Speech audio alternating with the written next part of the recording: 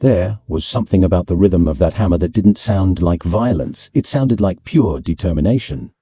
Like someone who had learned the hardest way imaginable. That certain doors only open when you strike them with the dead-on precision of someone who knows exactly what's on the other side and is no longer terrified of what they'll find. An aging woman's handnails clipped short, unpolished, bearing the thick knuckles of someone who had spent decades working with her own bare hands gripped the weathered wooden handle with a firmness that didn't require brute force, only absolute resolve. Every strike was perfectly spaced and measured. Like the footsteps of someone walking toward a destination it had taken them a lifetime to find. On the inside of the door, muffled crying. On the outside, a steady, freezing drizzle falling against the tin roof with that relentless whisper rain gets when it's in no rush to stop. And standing just behind her, a uniformed deputy holding a document stamped with a county court seal. Waiting with the bureaucratic numb patience of a man who had done this so many times he'd completely stopped feeling the crushing weight of each specific tragedy. Her voice was low, kept almost entirely to herself. The kind of speaking that isn't meant for an audience, it's just to make sure the person speaking never forgets the truth. You took my home, but you didn't take what I learned locked in that room while you were sleeping. The deed is going to be voided, and you are going to pay me back every single red cent across town.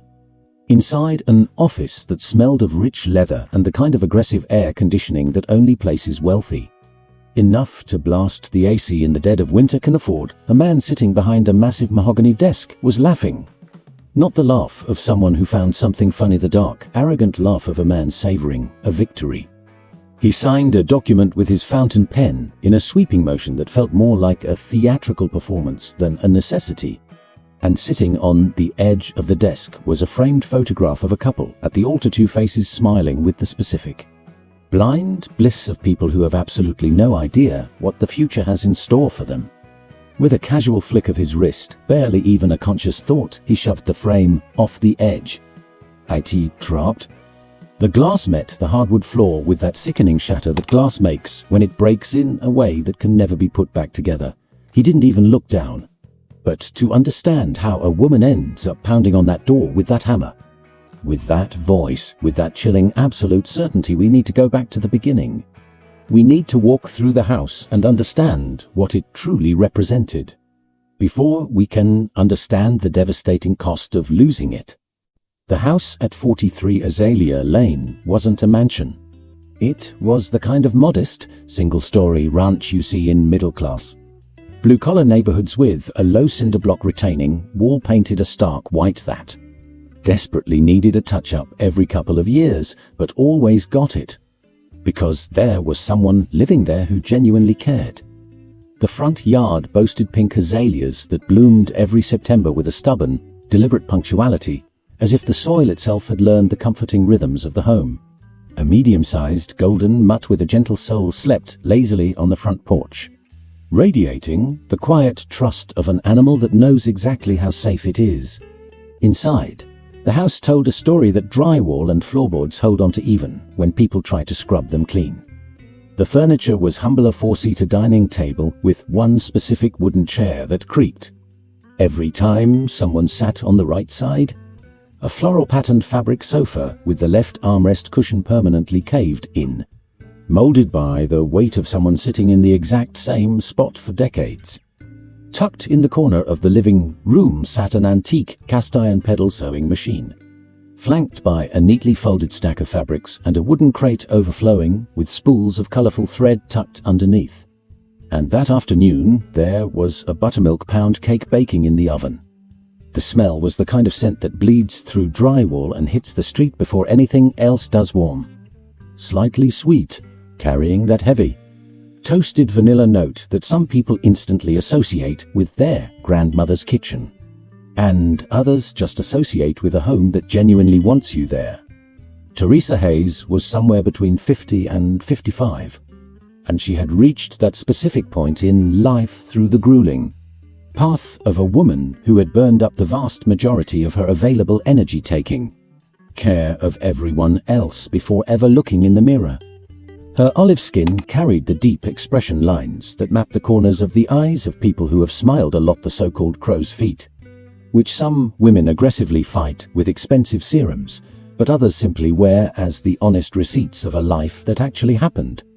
Her brown hair, heavily streaked with silver, was tied back in a low, practical ponytail. Exactly the way you tie it when there is neither the time nor the reason to do anything else. She was wearing a floral cotton blouse, faded by hundreds of wash cycles until the deep reds had surrendered into soft pinks and the greens had melted into that nameless, washed-out color that happens when navy blue finally gives up. Over that, a thrift store apron. She had a habit of buying aprons at Goodwill because they were dirt cheap, and because she had figured out that the heavy canvas used by women in the past had a rugged quality that the cheap, modern ones simply lacked. The faded paper price tag was still dangling from the collar because she had just slipped it on for the very first time that afternoon and had completely forgotten to rip it off. Her fake leather orthopedics were peeling badly at the seams. She had noticed the damage a week ago and briefly thought about buying a new pair. But then her mind had drifted to other, more pressing bills. 22 years inside that house. The roof had sprung a leak back in 2011. And she was the one who had researched the asphalt shingles, aggressively cross-checked quotes from 3 different local lumber yards, hired the contractor the next-door neighbor swore by, and stood in the yard monitoring every single day of the job because she had learned, over time, that monitoring a job is vastly different from micromanaging it. It's the critical difference between someone who genuinely cares about the foundation and someone who just distrusts the crew. The roof never leaked a single drop again. The spare bedroom had been her project too, back in 2015. Painted with a color she had painstakingly picked out from a massive stack of hardware store swatches. Standing in the aisle for 20 minutes agonizing over 2 shades of white that looked identical to the untrained eye but fundamentally weren't. She had chosen the white with the faint, warm cream undertone because she had read somewhere that it made the harsh late afternoon sunlight feel softer. She had read that tip in a book she checked out from the county library, a place she religiously visited on Thursday nights after discovering their doors stayed open until 9 p.m. It had started innocently enough with interior design and home repair books, but it had slowly spiraled outward into vastly different subjects. The way it naturally does when people finally discover that reading has a dangerous habit of kicking open doors to other realities. Not a single one of those microscopic details had ever caught the attention of the branch manager. Edward Vance pulled into the driveway that afternoon in a black, imported sedan, financed at a rock-bottom executive rate through the commercial bank where he had worked for 16 years, spending the last 11 as the senior branch manager.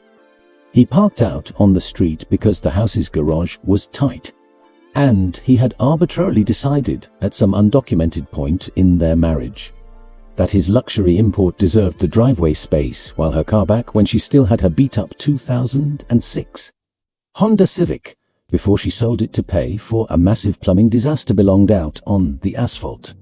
He walked through the front door without saying a word. It wasn't a deliberate, malicious silent treatment.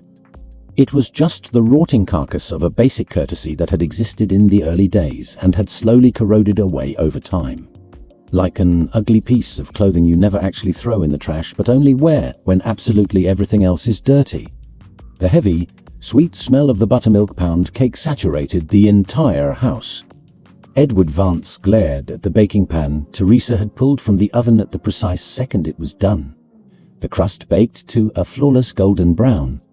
The steam rising and carrying that exact same aroma that had filled this kitchen during countless other afternoons over the span of 22 years. He rolled his eyes. This heavy garbage again. His voice carried the specific, grating tone of a man who isn't asking a question, but handing down a guilty verdict. It looks like prison slop. He chucked his genuine leather briefcase onto the sofa dead center on the left armrest, right onto the exact spot where the fabric had been. molded by her weight, and marched down the hall to the master bedroom to change his clothes without uttering another syllable. Teresa stood frozen in the kitchen, holding the plate. The thick slice of cake steamed softly against the white porcelain with the faded blue trim. Part of a cheap six-piece set she had bought at the downtown flea market so many years ago she couldn't remember the exact dollar amount. But she vividly remembered the day. It had been a rainy Thursday, and she had cradled the newspaper-wrapped dishes on her lap during the long bus ride home, guarding them with the terrifying caution of someone holding something deeply fragile. She slowly set the plate down on the table.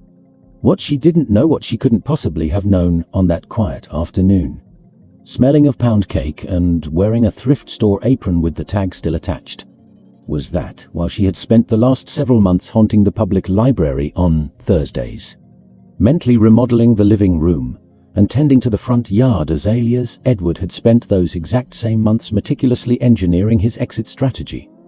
The junior analyst's name was Vanessa. She was 26 years old. Holding a shiny new business degree she had started leveraging at the bank exactly 8 months ago. It is entirely unnecessary to detail anything further to understand exactly what had been built between the two of them, because this specific brand of cliché carries the exact same pathetic structure regardless of the names attached to it. A middle-aged man who arbitrarily decided his life wasn't enough, and a shiny new alternative who hadn't been worn down enough yet to look like reality. What made Edward Vance uniquely toxic in this painfully common setup was the surgical, cold-blooded precision with which he had mapped out his escape. He had discovered through a highly discreet, off-the-books consultation with a ruthless estate lawyer who also happened to be a VIP client at his branch, a very specific, microscopic loophole in the state's property and asset protection laws. A loophole that legally allowed the transfer of a residential property acquired prior to marriage to a first-degree blood relative without requiring a shred of spousal consent, provided the transfer was officially declared as preventative family estate planning. It was a razor-thin, highly technical legal backdoor, the exact kind of dirty trick that only exists in the absolute darkest gray areas of the law, exclusively found by men actively hunting for a way to stab someone in the back. Edward had been hunting specifically for the knife. The house had been purchased in cash by his father 30 years ago, and the deed was quietly transferred into Edward's name while he was still single, exactly 6 months before the wedding. It was a mundane, bureaucratic detail that had lain completely dormant in a dusty county clerk's filing cabinet for 2.5 decades, right up until the exact moment someone decided it was highly profitable to wake it up. Edward's mother was named Eleanor. She was 71 years old, possessing small, dead, reptilian eyes, the eyes of a woman who had learned very early in life that affection was a highly finite currency that should only be spent on a strict return on investment basis. She had glared at Teresa from the very first day they met with the blatant, undisguised disgust of someone receiving a cheap, insulting gift they never asked for. She didn't hide it. She had never bothered to hide it. She showed up on a random Tuesday afternoon flanked by an armed county sheriff's deputy, clutching the newly updated deed in her manicured hand, the ironclad legal document officially registering the property transfer, fully notarized, covered in all the right government stamps, carrying absolutely zero structural flaws that a normal, uneducated eye could ever successfully challenge. Teresa swung the front door open, naively believing it was just company. The deputy wordlessly extended the paperwork. She read it. She read it again. The heavy legal jargon was thick, suffocating, and structured in a convoluted, labyrinthine syntax deliberately engineered to guarantee that working-class people without expensive law degrees would have to read it 3 times, just to grasp the horror of what it actually said. But the bottom line was glaringly comprehensible: name, address, date, and a stark, non-negotiable mandate demanding the current occupant vacate the premises before the expiration of the deadline. Edward was casually leaning against the hallway doorframe, arms smugly crossed over his chest, wearing that vile, satisfied smirk that arrogant men always plaster on their faces when they feel vastly intellectually superior at the direct expense of someone else's total ruin. You never could wrap your head around how the real world actually operates. His voice dripped with the fake, sickening patience of a teacher explaining a simple math problem to a deeply slow child. This isn't a flea market, Teresa, where you haggle over used rags. This is about credit ratings, collateral, deeds, complex financial concepts that a functionally illiterate thrift store cashier is never, ever going to comprehend. Teresa slowly lifted her eyes from the eviction notice to his face. Her hands were violently shaking. Not out of weakness, it was the terrifying physical malfunction of a human body caught in a brutal war between what her adrenaline was screaming at her to do and what the armed deputy on her porch dictated she was legally allowed to do. Her knuckles were white, gripping the canvas strap of her apron. That cheap thrift store apron with the faded price tag still dangling from the neck. Packed inside that single, desperate grip was the crushing, compressed memory of 22 years pouring her blood and sweat into a house she had nurtured like a living, breathing creature that desperately needed her love. But this house, her voice cracked, suffocated by the lump in her throat. I'm the one who fixed the roof. I painted the spare room. You can't legally do this. A devastating pause. Where the hell am I supposed to go? Eleanor aggressively stepped forward. Her sharp, acrylic fingernail pointed directly at the street with the flawless, practiced precision of a woman who had rehearsed this exact execution in her head for decades. Go sleep under a highway overpass? Who told you to drop out of school? Who told you to settle for a pathetic, miserable life selling someone else's dirty laundry while my son was out here building a financial empire? Her small, reptilian eyes raked up and down Teresa's body, taking a rapid, disgusted inventory of exactly what she wanted to humiliate first. You are a parasitic anchor dragging down his career. Get the hell out of my house. It's hard to believe anyone could be so sadistically cruel, isn't it? If you're just as violently outraged by this injustice, hit that like button right now to prove you stand with Teresa. The battered canvas duffel bag had been collecting dust on the top shelf of the master bedroom closet for years. It was the exact same bag they had used on the very last road trip they ever took together, to visit her sister upstate, long before their life became too small and suffocating to allow for vacations. Teresa stuffed that canvas bag with whatever she could physically fit and whatever mattered the most: social security cards, a few threadbare clothes, the rusty metal tin where she kept the faded Polaroids, and her late mother's handwritten recipe book covered in tiny, meticulous cursive. Everything else would stay behind. Not because she didn't want it, but because there is a brutal physical limit to what two bare hands can carry out the door. A plastic grocery bag went into her other hand. Inside, her cheap toiletries, a paperback book she was only halfway through, and the backup pair of scuffed flats she kept shoved under the bed. She walked out the front door. She stopped for a single, heavy moment in the front yard. The pink azaleas were in full, aggressive bloom. September had rolled in with its usual stubborn punctuality, and the soil didn't know, nor did it care, about the catastrophic betrayal that had just detonated inside the drywall. The living room window violently slid open. The framed wedding photo sailed through the humid air and violently slammed into the rain-slicked concrete of the sidewalk, making that sickening, definitive crack that glass makes when it reaches the absolute end of its lifespan. The glossy photograph of the couple at the altar lay trapped among the jagged shards, two faces smiling with the specific blind bliss of idiots who don't know any better, who are standing at the very beginning of a story and are entirely blind to the horrific ending. Teresa knelt down. The razor-sharp shards surrounding her trembling fingers miraculously didn't slice her skin open.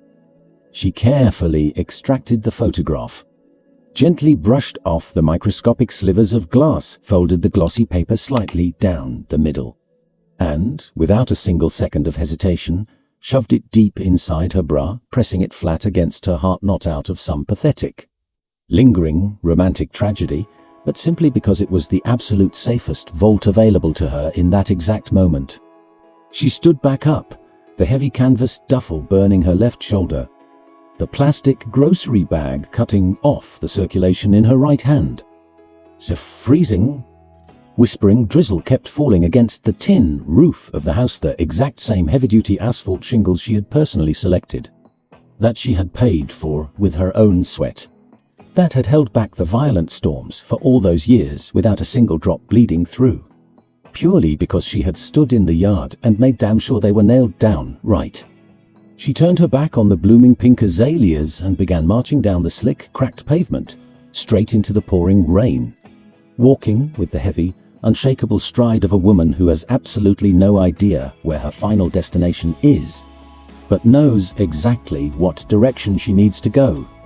And there was a terrifying spark in her eyes, not in the slack expression on her face, not in the hot tears that the freezing rain was washing away without prejudice, but buried deep in her pupils that looked vastly different than defeat.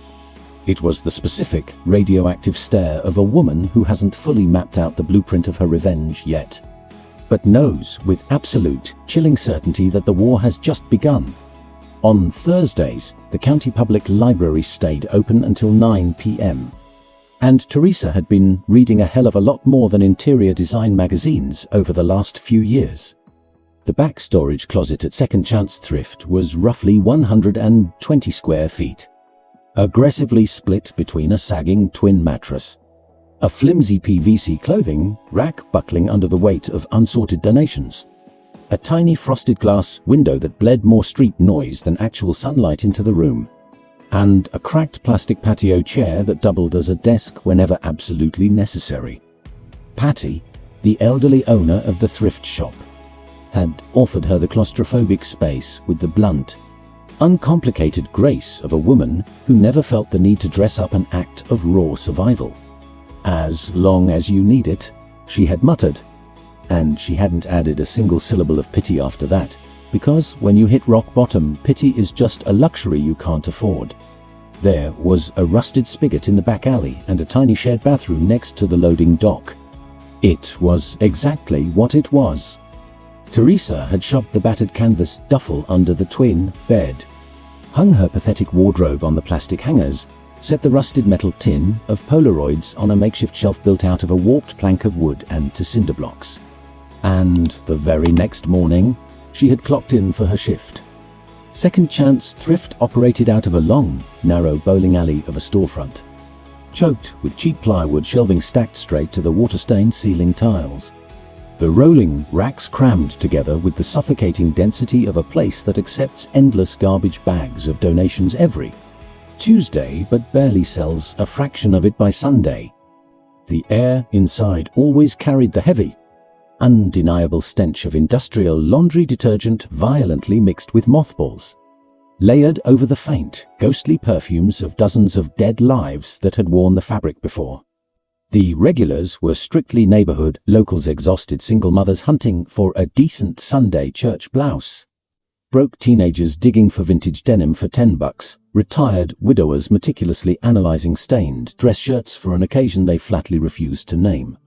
Teresa worked the cash register with the laser-focused empathy of a woman who had spent 22 brutal years learning how quietly take care of broken things and broken people without ever once being asked to do it. But at night, that claustrophobic back closet served an entirely different purpose. The sagging twin mattress was a pathetic excuse for a bed, let alone a corporate desk. But she had ruthlessly optimized the geometry by jamming a lumpy pillow hard against the cinder block wall, balancing the heavy laptop directly on her knees, and dragging the plastic patio chair over to act as an unstable side table for her legal pad. She could easily grind out 6 solid hours of labor. The laptop was an absolute dinosaur. It sported a massive, jagged, diagonal crack across the outer plastic shell that didn't technically fry the motherboard, but clearly screamed that the machine had violently lost a fight with gravity at some point. The LCD screen aggressively flickered like a strobe light for the first 5 minutes after boot up before finally stabilizing a mechanical tantrum she had simply learned to wait out without a shred of impatience. She wasn't streaming trashy reality TV on that screen. She was streaming university lectures. The online distance learning extension program in corporate banking, law and regulatory compliance was officially hosted by a massive state university. And Teresa had successfully hunted it down after a grueling 40-minute deep dive on a sticky keyboard at the county library, the exact same library she had haunted on Thursday nights, first out of a desperate need to escape the house, then out of intellectual starvation, and finally out of a dark, obsessive hunger that couldn't be accurately described with words like hobby or interest because it ran infinitely deeper than that. To fully grasp how the hell she paid for the tuition, we have to rewind the tape a few more years. There was a cheap, ugly pink ceramic piggy bank with a slot in its back, permanently stashed behind the radiator in the kitchen, shoved deep into the microscopic gap between the metal fins and the grimy backsplash tiles that stayed warm all winter long. Teresa had started dropping her spare change in their not crisp bills. Not money intentionally budgeted for a rainy day, but the random, pathetic silver coins left over from the grocery store, the bus fare, the corner bakery, the microscopic financial crumbs that most normal people toss into a junk drawer and eventually lose to the vacuum cleaner. She had hoarded that loose change with terrifying consistency, absolutely never breathing a word of it to her husband, because she had learned the hard way that certain dreams only survive when you bury them in total silence. When the pink ceramic pig finally got heavy enough that the ceramic actually felt dense, she smashed it open with a hammer right on top of the dining room tablecloth while Edward was away on a business trip, meticulously counting the silver out, stacking the quarters, dimes, and nickels with the agonizing, meditative patience of a woman who is in absolutely no rush simply because the money had already been spent in her mind. It exactly covered the online tuition she had for $1.20 left over. She paid the university portal online using the public library Wi-Fi on a Thursday night. She never told Edward. The math behind the lie was brutal but simple, and she didn't need to waste time debating the ethics of it back in 2016. She had casually floated the idea of taking a night class in advanced tailoring at the community college. He had slowly lowered his newspaper, glaring at her with that specific brand of theatrical, exhausted pity that was always infinitely more humiliating to endure than open hostility. "You barely scraped your way out of high school with a diploma," he had sneered, immediately raising the financial section back up to block her face. "What exactly are you going to get a degree in? The advanced science of folding a shirt?" She went and took the advanced tailoring course anyway. She just did it in total silence. She executed the corporate banking, law and regulatory compliance degree in the exact same dead silence, shoving her legal pads under folded sweaters in her dresser drawer the second she heard his tires hit the driveway, taking grueling online midterm exams on her cracked iPhone while locked inside the master bathroom with the shower running, absorbing federal tax codes with her laptop volume muted to 1 bar at 2 in the morning, eventually passing out face down on the keyboard at 3 a.m. with a thermos of freezing black coffee sitting next to the mouse. There was one specific, thick black legal pad that she had aggressively crammed full of high-level notes mapping out the Federal Reserve System, SEC regulatory frameworks, the brutal compliance mandates that commercial banks were federally legally bound by, and the catastrophic, career-ending federal penalties triggered when those banks decided the rules didn't apply to them. She understood every single word of it. Not in the superficial way you understand a concept when a professor spoon-feeds it to you. She understood it with the terrifying, molecular depth of a woman who wanted the knowledge so violently that the physical agony of comprehension literally became part of her DNA. Meanwhile, across town, the house at 43 Azalea Lane was shedding its skin. The blooming pink azaleas in the front yard had been violently ripped out by the roots to make room for massive, sterile slabs of white porcelain tile, the exact kind of freezing, dead-eyed architectural flooring that looks incredible in a glossy magazine spread. but feels absolutely miserable in real life because it utterly lacks the warmth that natural materials radiate. The antique cast iron sewing machine had been hauled off where to? Nobody asked, and it just vanished the way beloved things vanish when nobody left in the room gives a damn about their history. In the corner of the living room, exactly where the wooden crate of colourful thread used to sit, there was now a massive, climate-controlled, floor-to-ceiling, glass wine fridge radiating an obnoxious icy blue LED glow. Vanessa was curled up in the armchair, the exact same armchair that had anchored the living room for 18 of the last 22 years. The one where the fabric was permanently crushed into the specific ergonomic shape of a woman who always sat on the exact same side holding a crystal flute of champagne in one hand and her iPhone in the other, giggling at a TikTok video with the sickening, blind ignorance of a girl who hasn't yet learned that the thrones we eagerly sit in often carry heavy, bloody histories that long precede our arrival. Edward had snapped a wide-angle photo of the gutted, sterilized living room and posted it to his LinkedIn with a caption he genuinely believed was witty corporate banter. Finally cleared out the dead weight and the clutter.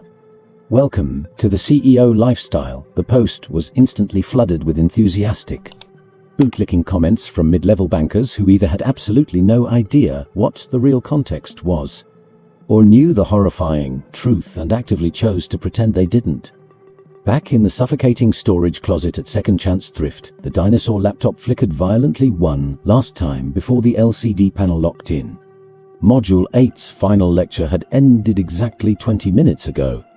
Teresa had closed the video player and systematically opened 3 separate browser tabs: the official county clerk's property deed registry, the central portal for the Federal Reserve's consumer credit database, and the highly classified, restricted access commercial credit operations matrix. She had learned how to penetrate that exact database during the Module 6 practicum, discovering that it housed the raw, unredacted financial metadata tied to every single social security number in the grid, provided you knew the exact bureaucratic backdoor to knock on. She had memorized the bypass protocols on a rainy Tuesday afternoon, aggressively pausing and rewinding the lecture feed 3 separate times because she absolutely refused to move forward until she understood the code better than the IT guy who wrote it. The query returned a massive data dump. She read the encrypted lines slowly.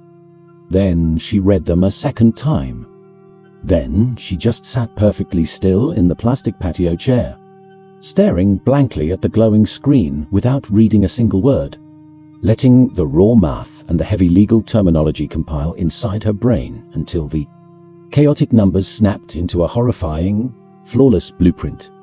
It wasn't just a simple property transfer. The deed transfer to his mother had merely been the opening gambit, the visible tip of the iceberg. The distraction she had been handed by the smirking deputy and the acrylic fingernails pointing her toward the street. The real slaughter was buried in the metadata. The freshly transferred property had been immediately leveraged as collateral in a massive, cross-guaranteed commercial equity line of credit under a fiduciary alienation contract, the exact kind of aggressive, high-risk corporate loan that commercial banks process by the thousands every day. But this specific contract carried a fatal, radioactive anomaly that absolutely should not exist in the real world. The legally binding personal guarantor backing the entire high-risk loan was her. Not Eleanor, not Edward. Her Teresa, with her social security number, with her presumed marital income bracket, with her physical, wet ink signature legally anchoring an $800,000 corporate loan that she had never laid eyes on, had never been summoned to a notary to authorize, and had completely lacked any earthly knowledge of its existence. Her signature had been blatantly, criminally forged. She knew this with the exact same bone-deep, unshakable certainty she applied to the basic laws of gravity. She had never signed that contract. She had never stepped foot inside that specific bank branch on that specific date. She could easily, forensically prove exactly where she was on that timeline if push came to shove, because poverty had hardwired her to hoard bus transfer stubs, library printout receipts, and time-stamped grocery store coupons like they were gold. When her voice finally broke the silence in the closet, it was chillingly low and terrifyingly calm. It was the specific, dead-level frequency of a woman who has completely bypassed panic. When the human brain processes a betrayal so massive that the heart doesn't even bother to race. And the entire nervous system just coldly shuts down all emotional output to treat the data with the lethal seriousness it demands. He didn't just steal my house. Her eyes burned in the dark, but her voice didn't waver a single decibel. He forged my signature as the sole financial guarantor on an $800,000 commercial equity loan. A heavy, suffocating pause. The laptop screen flickered once. If the feds find out about this, he loses his job, he loses his Series 7 license, and he rots in federal prison. She slowly closed the browser tabs. Then, operating with surgical precision, she reopened every single one of them, saving a high-res screenshot of every page, ripping a clean PDF of every encrypted ledger, and meticulously transcribing every single 16-digit tracking protocol into her black legal pad. She wrote with the tiny, rigid cursive of a woman who knew that the only difference between an airtight federal indictment and a lost piece of data is the paranoid habit of keeping the receipts. He had called her a functional illiterate. He had specifically stated that she lacked the mental capacity to comprehend credit, collateral, and deeds. And the sick irony was, he was absolutely right. He had spat those words at her back in November. And back in November, she genuinely didn't comprehend the complex mechanics of corporate finance with the required depth.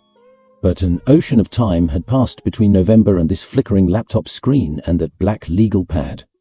An ocean filled with freezing thermoses of black coffee, grueling exams taken sitting on a bathroom floor, brutal lectures rewound 3 times until the math stuck, and textbooks she had bled onto at 3 in the morning. And now she comprehended everything. She comprehended credit. She comprehended collateral. She comprehended deeds.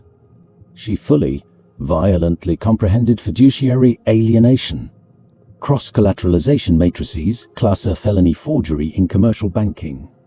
Exactly which federal regulatory agencies possessed the jurisdiction to trigger an apocalyptic audit, and the exact bureaucratic protocol required to hand-deliver the killshot in a way that absolutely guaranteed the feds could not ignore the blood in the water.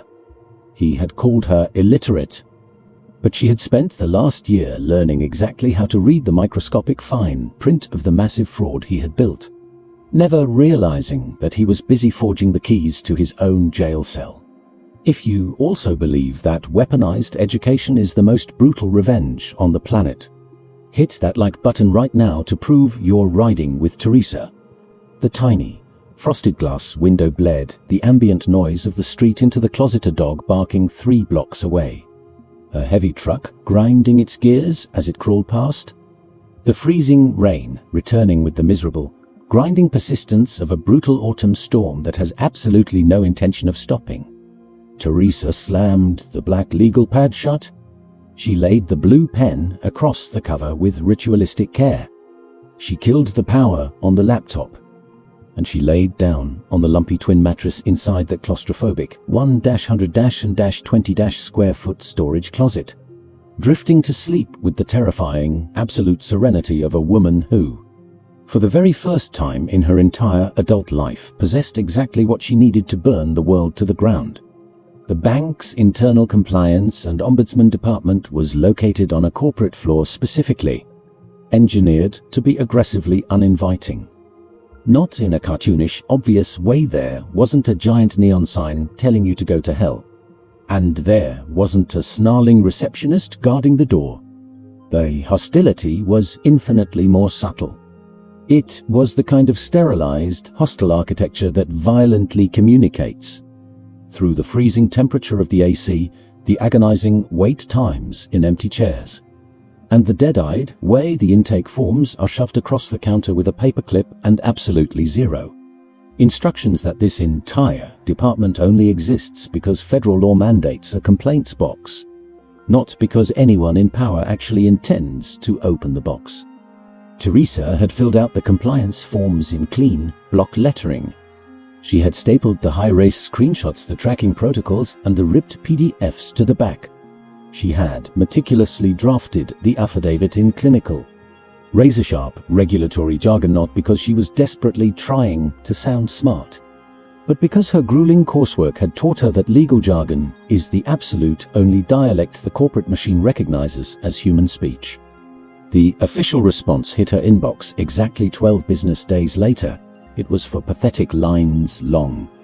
Following a comprehensive internal audit, the referenced anomaly has been officially classified as a standard clerical discrepancy falling well within acceptable operational parameters. The ticket has been closed. We thank you for bringing this to our attention. She read those for insulting lines 3 separate times. Then she closed the email client, shoved the laptop under the twin mattress, and sat perfectly still on the plastic patio chair for a span of time she later couldn't accurately measure.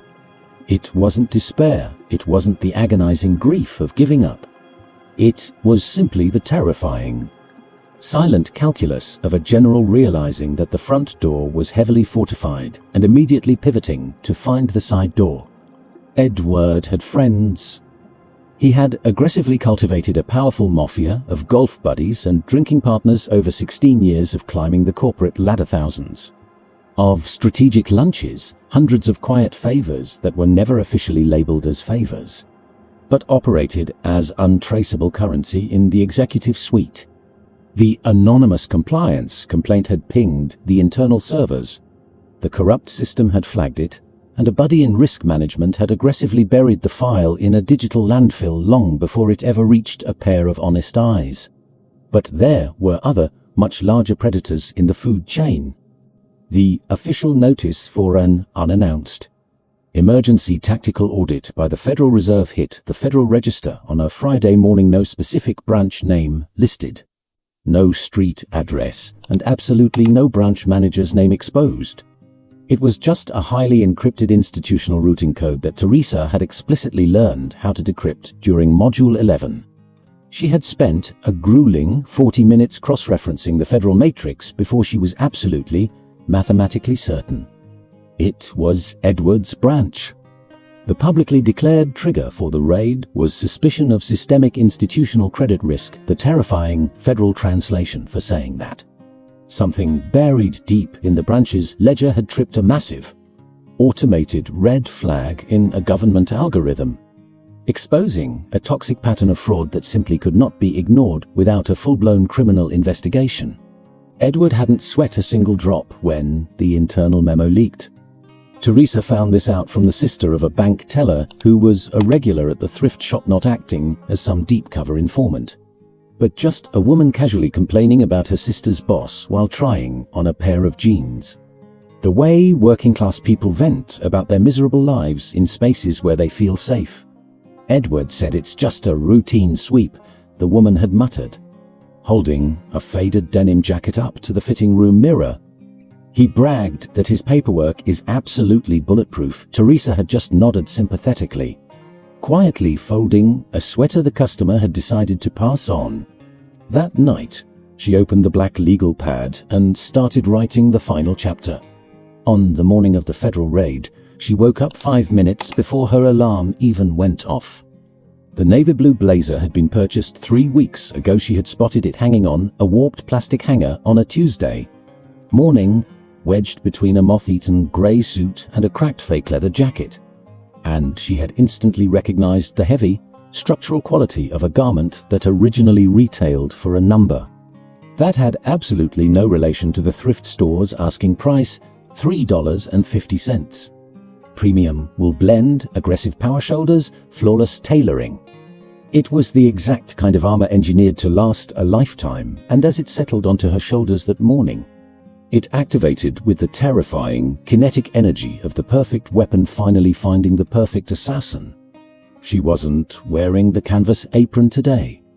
Her battered backpack held the dinosaur laptop, the thick black legal pad, the manila folder stuffed with high-res documents she had printed at the corner FedEx store for 30 cents a page, and a federally stamped appointment confirmation sheet she had aggressively secured through the Fed's online audit portal, a massive bureaucratic backdoor she had discovered during Module 14, a functional legal loophole that legally allowed independent corporate compliance consultants to inject themselves into active field audits, provided they properly filed the correct 8K disclosure forms.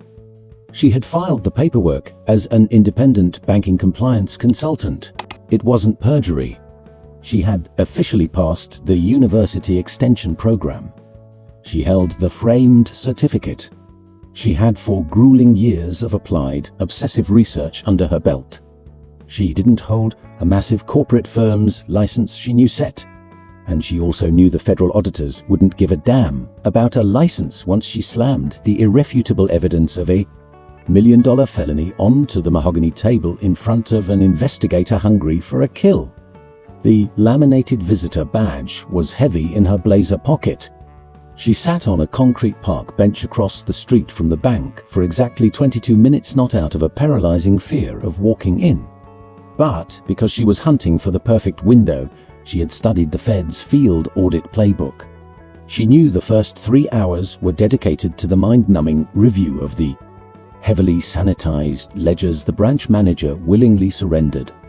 She knew the exact moment the lead auditor would hit the first mathematical discrepancy and start asking the dangerous questions. When she finally walked through the glass doors, the dangerous questions had just begun. The executive boardroom was aggressively chilled to the temperature of high-stakes corporate warfare, freezing AC. A massive granite table, ergonomic leather chairs that physically communicated the power dynamic of whoever was sitting in them.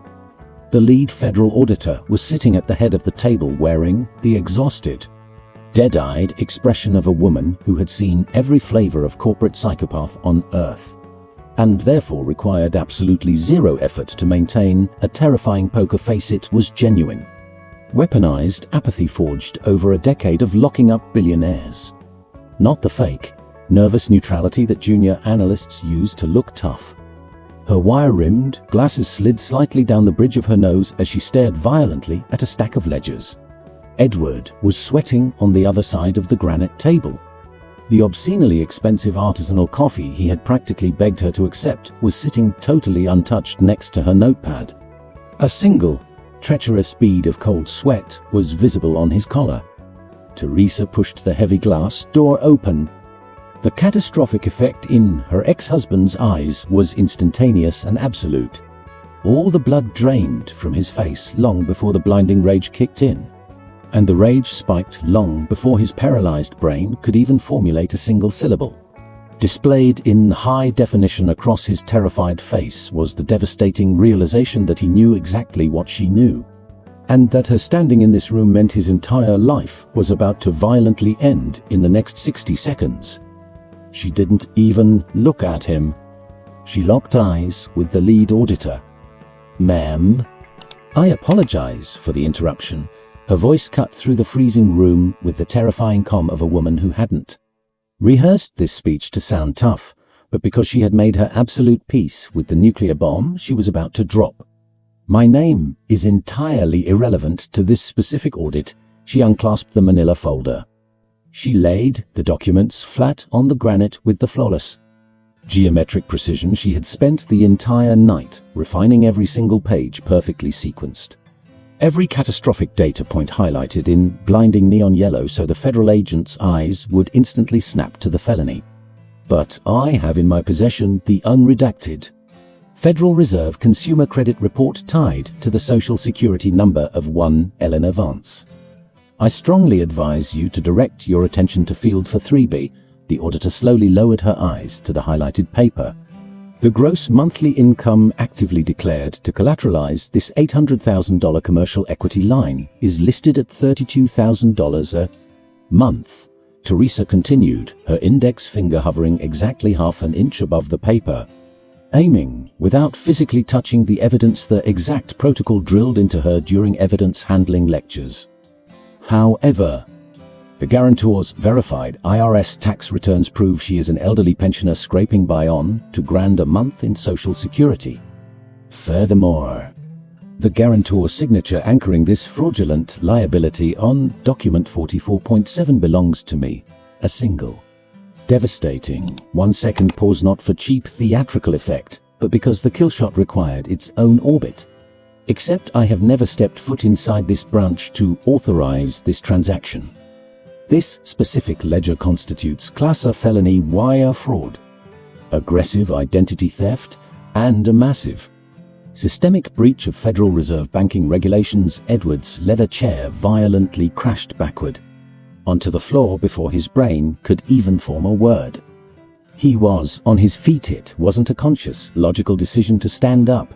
It was the raw animal reflex of a central nervous system taking on way too much catastrophic data at once and triggering a fight or flight response before the mouth could engage.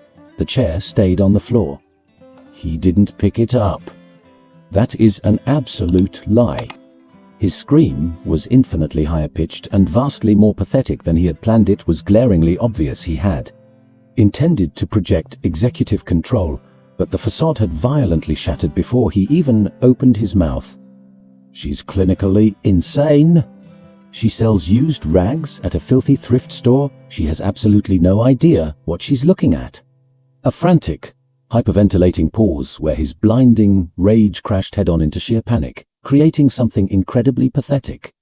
This is just the psychotic revenge of a bitter, dumped housewife. The lead auditor didn't even look at Edward. She stared at Teresa. She stared at the neon yellow highlighted documents. She stared at the $15 navy blue blazer, at the perfectly organized manila folder, and at the woman who had breezed past armed security with a federally verified access code and slapped $1 million federal indictment onto her desk with the cold-blooded precision of an elite sniper.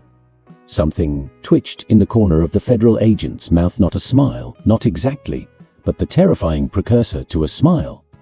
The microscopic muscle contraction of an apex predator who recognizes a fellow killer, something she rarely encountered in these sterile boardrooms. Ma'am, her voice was a razor blade, pure professionalism. Could you perhaps cite the specific Federal Reserve regulation code governing the mandatory income verification protocols for collateralized corporate loan obligations? Teresa didn't even blink. Not because she had memorized it on a flashcard, but because she understood the DNA of the law. There is a massive, audible difference, and anyone who has ever truly bled for their education can hear the difference in the tone of the answer. Title 12, Code of Federal Regulations, Part 10, 26, Section 43, Paragraph B. Officially ratified on November 25th, her voice carried the chilling, dead-level serenity of a woman describing the architecture of a house she built with her own 2 hands. Gross income must be forensically verified via W-2 statements or certified IRS personal income tax returns.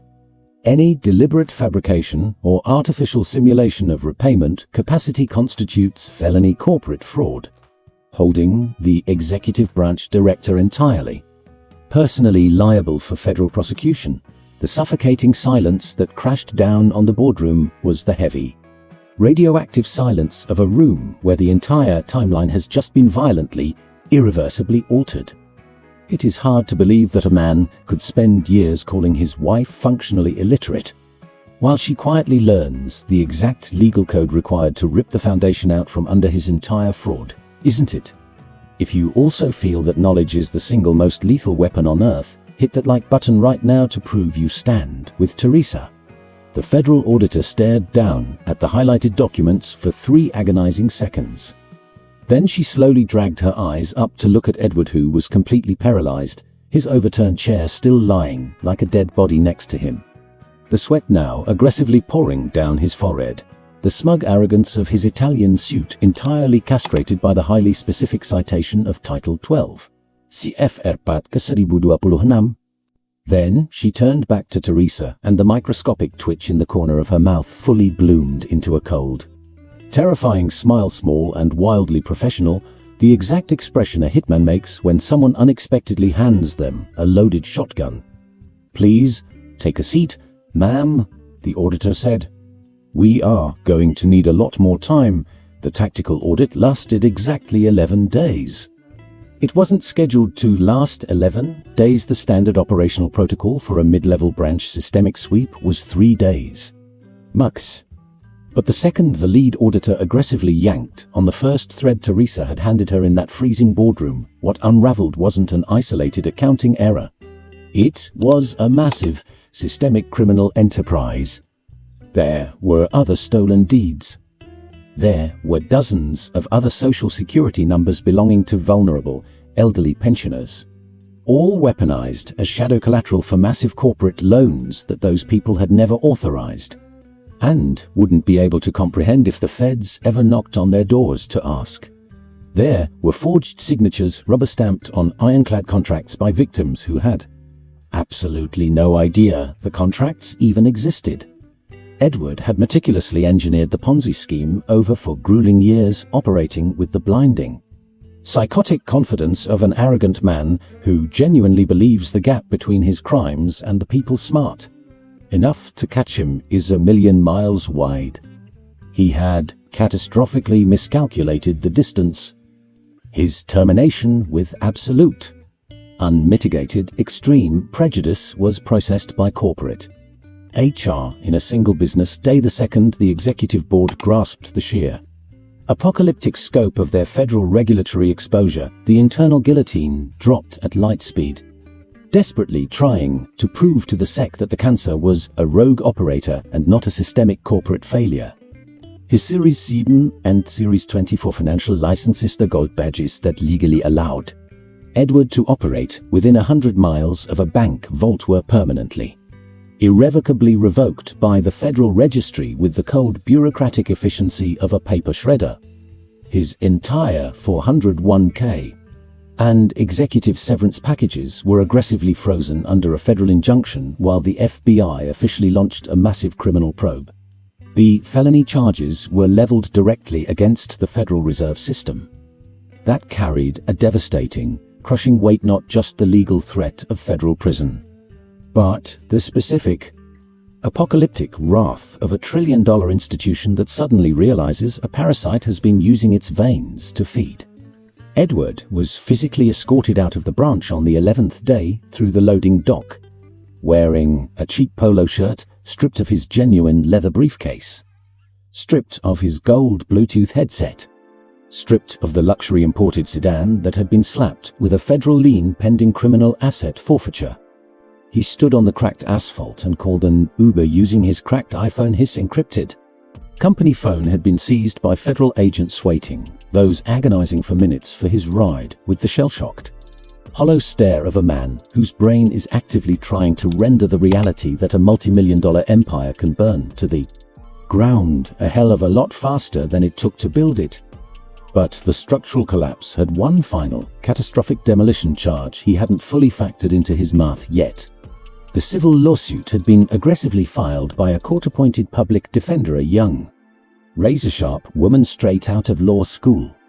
Assigned to the case, the second Teresa submitted her formal declaration of financial indigence. Backed by an airtight, bulletproof dossier of evidence, the online coursework had specifically trained her how to index.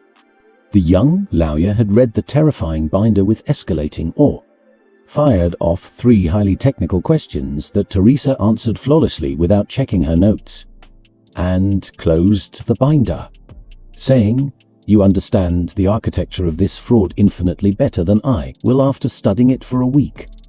That is extremely dangerous for him, and highly profitable for us." The legal motion to permanently void the deed transfer slammed onto the judge's desk, armed with 2 distinct, lethally complementary legal pillars. The first was fraudulent conveyance. The property had been illegally transferred to his mother exactly when Edward had already anchored the $1 million loan against it, mathematically proving it was a premeditated, criminal shell game designed to hide the asset from federal creditors. The second pillar was spousal vitiation of consent. Teresa was the legally defrauded victim of a real estate transfer that, regardless of the original purchase date, had been heavily subsidized, maintained, and physically improved through marital assets and joint sweat equity over 2 decades. It took the judge exactly 48 hours to drop the hammer. The court order completely voided the transfer. The house was aggressively legally reclassified as joint marital property, which, in brutal, real-world translation, meant it was immediately violently ripped back to the center of the divorce settlement table, primed to be brutally liquidated and split down the middle based on spousal contribution. That should have been the final nail in the coffin. But the legal system has a terrifying habit of generating apocalyptic shockwaves that neither side fully anticipates. And the final shockwave hit like a tactical nuke in the form of a certified letter from the bank's litigation department. The $800,000 commercial loan had been secured using the house as fiduciary collateral. The entire operation was a massive systemic felony that was hard evidence. That was in the FBI dossier that was the anchor of the active federal indictment. But the lien had been legally filed with the county clerk long before the fraud was exposed, rendering the bank a good faith creditor on paper, and the house was officially legally chained to the radioactive debt. The bank aggressively pulled the trigger on a non-judicial foreclosure. The house was going straight to the county auction block to liquidate the debt. Edward received the certified foreclosure notice at his pathetic, temporary address, his mother's house. The title had reverted back to her after the voided transfer, but now it was rotting under an entirely different kind of mortgage, the toxic, radioactive stain of an active FBI probe that had utterly blacklisted Eleanor Vance's credit score, ensuring absolutely no financial institution in the country would ever touch her again. He had frantically tried to call Vanessa. The call went straight to voicemail. So did the second. On the third attempt, he got a cold, 42-second audio message explaining, with the rushed, heartless corporate courtesy of a woman who had already secured a life raft, that she needed to focus on her own path, that she wished him the best, but she had her own shiny career to protect. His mother sat dead-eyed in her kitchen for a long, agonizing hour without uttering a single syllable, which was easily the most terrifying, apocalyptic silence Eleanor Vance had ever produced in 71 years of a violently loud existence. The foreclosure auction was scheduled for a Tuesday morning at the county courthouse. The claustrophobic room had a maximum fire capacity of 40, but only 23 people showed up: bored paralegals, random gawkers, and the usual flock of professional real estate vultures who haunted these liquidations with the cold regularity of a viable business model. The cheap plastic chairs were locked in rigid rows. The auctioneer spoke through a buzzing, static-choked microphone, gripping a heavy wooden gavel that slammed onto an MDF clipboard with the deafening, definitive crack of a system that absolutely does not care about your feelings. The navy blue thrift store blazer was draped over Teresa's shoulders, operating as bulletproof armor for the second time. Her mortgage had been officially approved exactly 10 days prior, processed by a completely different branch of the same massive bank, located on the other side of the city, authorized by a female loan officer who had absolutely no idea who Edward Vance was, and who had audited Teresa's flawless financial dossier with deep professional respect. The university compliance certificate had been submitted as bulletproof verification of specialized professional earning potential. The legal declaration of indigence had bypassed the standard down payment constraints, unlocking aggressive federal housing grants. Every single document was indexed with the flawless, psychotic organization of the black legal pad, perfectly sequenced, triple-copied, bearing federally stamped confirmation codes. The approval email hit her inbox at exactly 6:40 p.m. on a Thursday. She read it on the flickering dinosaur laptop locked inside the suffocating closet at the thrift store, her feet propped up on the cracked plastic patio chair. She sat in total silence for a long minute. Then she flipped open the black legal pad and methodically wrote down the date. In the very back of the courthouse auction room, slumped against a cinder block wall painted in that soul-crushing institutional beige that only exists in government buildings, stood a man wearing a faded, pathetic polo shirt, not the crisp, designer golf shirts he used to flaunt, but a cheap cotton knockoff with a badly warped collar. The inevitable result of a man who didn't know how to do his own laundry, throwing it in the machine on hot. Edward Vance had shown up without fully understanding the sick psychology of why he was there. Maybe it was a masochistic need to watch the empire burn. Maybe it was the dark, magnetic pull that drags rubberneckers to a fatal car crash even when they know the gore will make them sick. Sitting right next to him in a plastic chair was Eleanor, locked in the rigid, defensive posture of a woman who desperately wants to project authority, but completely lacks the billions of dollars required to make the illusion work. The auctioneer formally introduced the asset. He rattled off the property specs: address, square footage, architectural zoning, and the rock-bottom minimum starting bid mandated by the foreclosure terms.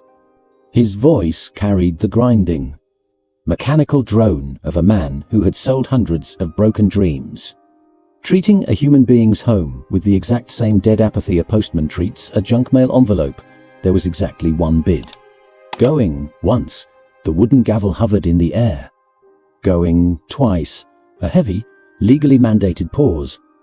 The suffocating silence in the room possessed the electric tension of a bomb squad watching the timer tick down to zero, trapped in a protocol that demands the clock run out completely.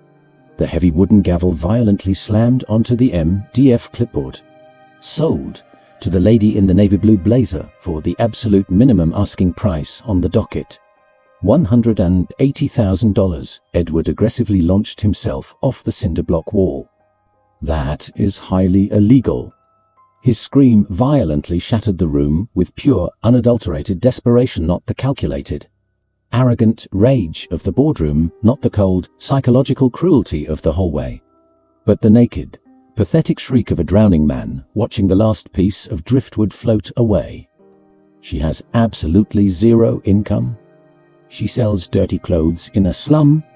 She legally cannot. The courthouse bailiff was a heavily built, middle-aged guy armed with the specific, terrifying patience of an officer who deals with screaming losers on a daily basis and has developed a flawless physical protocol to shut it down. He wasn't overly aggressive. He was just an immovable brick wall, a massive hand clamped onto Edward's shoulder.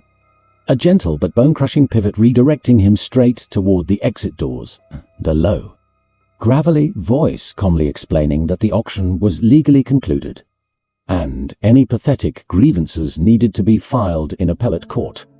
Eleanor had physically melted out of the cheap plastic chair into a terrifying slump that could no longer be classified as sitting. It was the catastrophic biological system failure of a woman whose central nervous system had finally absorbed way too much trauma to maintain a vertical posture. A paralegal sitting nearby scrambled to catch her before she hit the linoleum. Eleanor stayed slumped in the chair, her reptilian eyes squeezed shut, wearing the paralyzed expression of a woman trapped in a nightmare miles away. Teresa didn't even turn her head to watch the slaughter. She was locked in with the public defender sitting next to her, who was aggressively organizing the final foreclosure deeds with the ruthless efficiency of a lawyer who had another hearing in 20 minutes. There was a quiet electric communication buzzing between the two women, the profound, silent respect of two killers who had just executed a flawless, exhausting hit for two vastly different reasons. Now I'm asking you, if you were in Teresa's shoes, after absolutely everything, after the humiliating thrift store apron, the freezing rain, the claustrophobic storage closet, the brutal 3 a.m. study sessions, would you have had the iron will to walk into that courthouse wearing that navy blue blazer holding that loaded manila folder? Or would the crushing weight of the trauma have broken you? Drop your raw opinion in the comments. I need to know what you would do. The gavel had dropped, and the violent crack it made against the MDF clipboard was the exact same sound of the weathered wooden hammer striking the front door on that freezing, rainy morning. The flawless, terrifying rhythm of a woman who knows exactly what is waiting on the other side and is no longer terrified of what she's going to find. The brass key was brand new, and so was the deadbolt. One of the absolute first calls Teresa made after signing the bank's foreclosure transfer was to a local locksmith, not out of petty spite, not as some grand theatrical gesture, but with the cold, calculated practicality of a woman who had learned the hard way that security measures exist for very brutal reasons. The new key was smaller than the original, cut from a brighter brass, and she had carried it deep in the pocket of her navy blazer for the 3 agonizing days between the signature and the formal surrender of the property, highly aware that the tiny piece of metal represented something infinitely heavier than its actual function.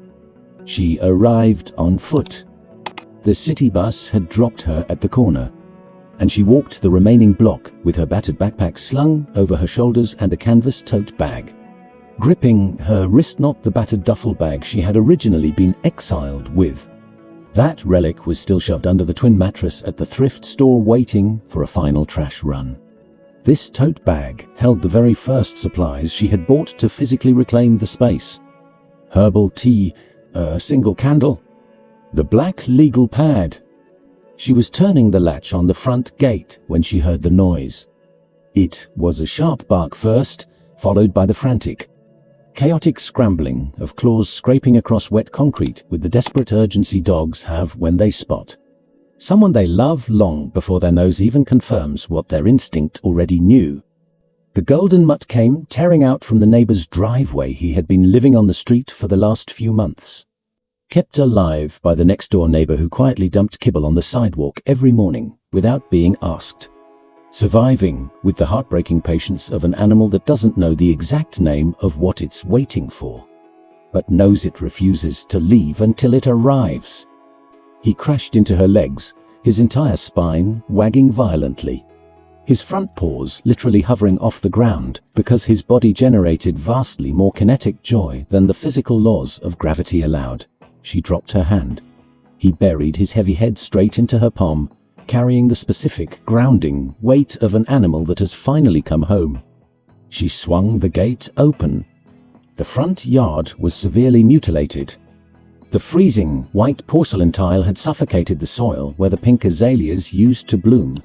And it remained there, because ripping out industrial tile isn't a job you tackle on a Monday afternoon with pure willpower and basic hand tools. That was a demolition project for another Saturday, involving bruised knees in the dirt and the kind of brutal manual labor she intimately understood. But she had brought the first batch of bulbs in her canvas tote snagged at a corner florist for $8 a pack, and there was a badly grouted seam on the far left corner of the yard where the porcelain had cracked, exposing a sliver of dark, rain-soaked earth. That is exactly where she would start. Inside, the house had been formally surrendered, completely loaded with the obscenely expensive furniture the fraudulent loan had financed, meaning it was officially classified as part of the foreclosed asset, meaning it was sitting in the living room, meaning it legally belonged to her now. She aggressively covered the gaudy leather sofa with a heavy, hand-woven crochet blanket she had aggressively stitched together during the grueling months at the thrift shop. On the nights she was too exhausted to study but mentally too wired to just sit still, she threw a thick, natural fiber rug over the sterile porcelain living room floor with the absolute authority of a woman who isn't trying to erase the trauma, but is simply aggressively deciding what she refuses to look at in her own damn house. The massive, climate-controlled glass wine fridge with the obnoxious blue LED lighting was still anchored in the corner, completely empty, the temperature dial killed, the stainless steel racks gleaming with absolutely zero purpose. She stood there glaring at the monolith for a long minute, wearing the calculating expression of a woman auditing a massive waste of square footage, which is exactly what it was. The very next day, she hauled in an antique cast-iron pedal sewing machine. She had hunted it down in a pawn shop 6 blocks from the thrift store. Not the exact same machine, but the identical vintage model with a heavy iron pedal that groaned slightly. A mechanical whine she had recognized by sound long before she saw the shape. She forcefully shoved the heavy iron machine directly inside the gutted wine fridge with the terrifying care of someone installing a monument. The stainless steel wine racks were brutally repurposed to hold her massive textbooks on federal compliance and commercial banking regulation, silently adapting to the violent shift in the room's power dynamic. When she flicked the switch, the icy blue LEDs flooded the spines of the legal textbooks with a dramatic, aggressive light that was absolutely never designed for reading, but functionally looked infinitely more intimidating than its original purpose. The thrift shop remained with Patty, who had always kept the lights on, and who accepted Teresa's resignation with the exact same blunt, uncomplicated grace she had offered the closet no weeping. Just a bone-crushing hammertet mig have a lot more than Ärger view a brutal truth. Teresa carried out the door as one of the most profound things anyone had ever said to her during the war. The consulting business had detonated almost entirely by accident. A neighbor had casually asked, leaning over the front gate one afternoon, exactly what kind of magic Teresa had studied to unilaterally secure a mortgage on a single income. Teresa had explained the math.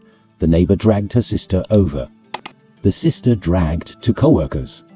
Within a month, there were 23 desperate women crammed into the rec room of the local community center on a Thursday night. The exact same night and time Teresa had haunted the public library for years, dead silent, listening to a woman in a $15 navy blazer meticulously break down, in brutal, working-class English, exactly what fiduciary alienation is, how to decrypt field for 3B on a credit matrix, and exactly what to do when a smiling suit asks you to blindly sign a financial contract you don't fully comprehend.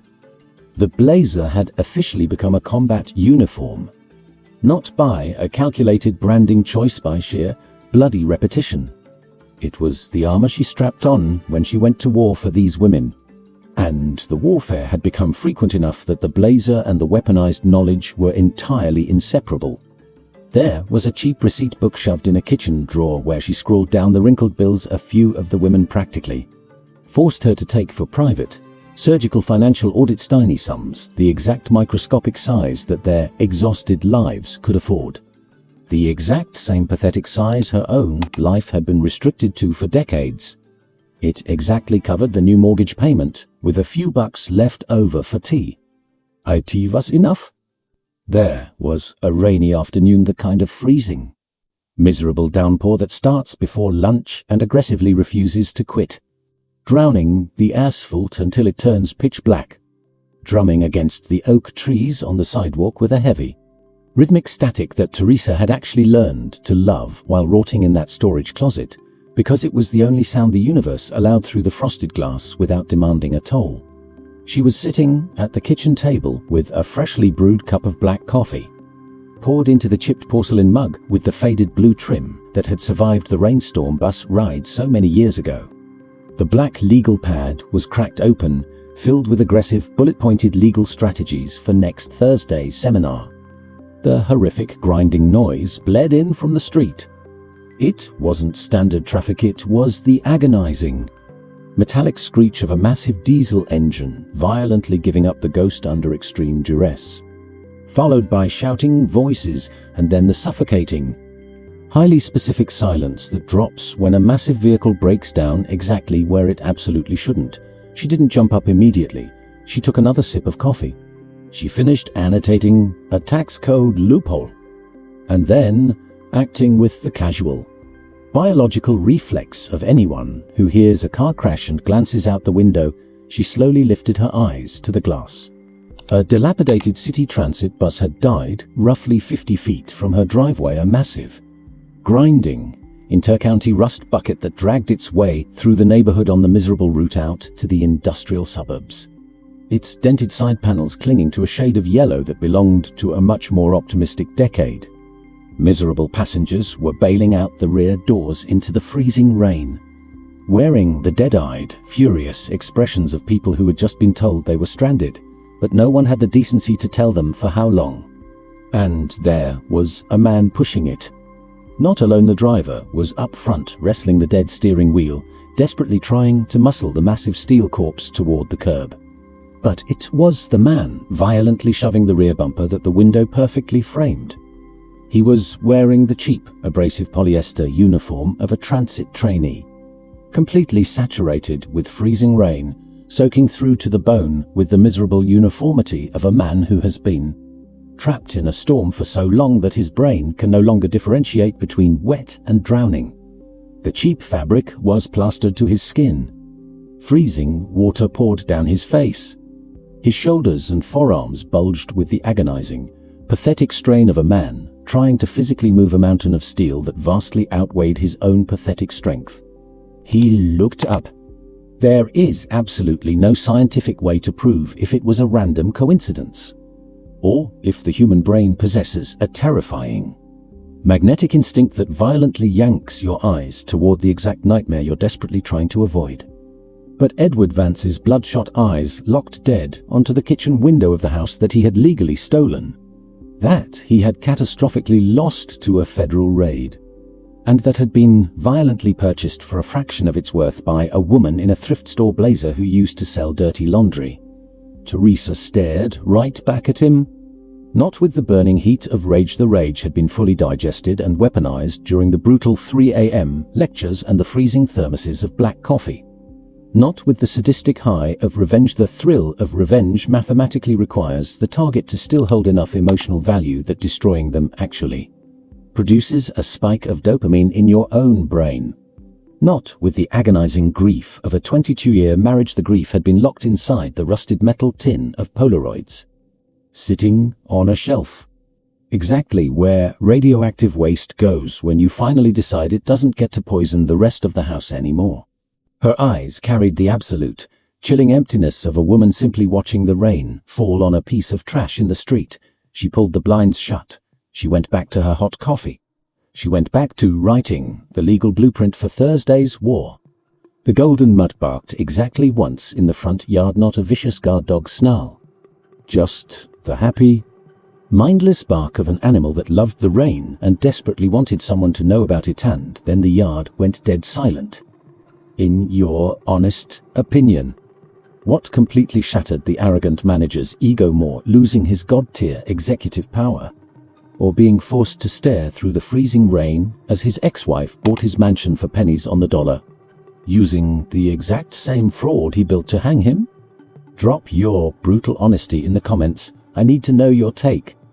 Hanging on the drywall right between the kitchen window and the stainless steel racks where the heavy federal law books shared space with the cast iron sewing machine was a small wooden plaque.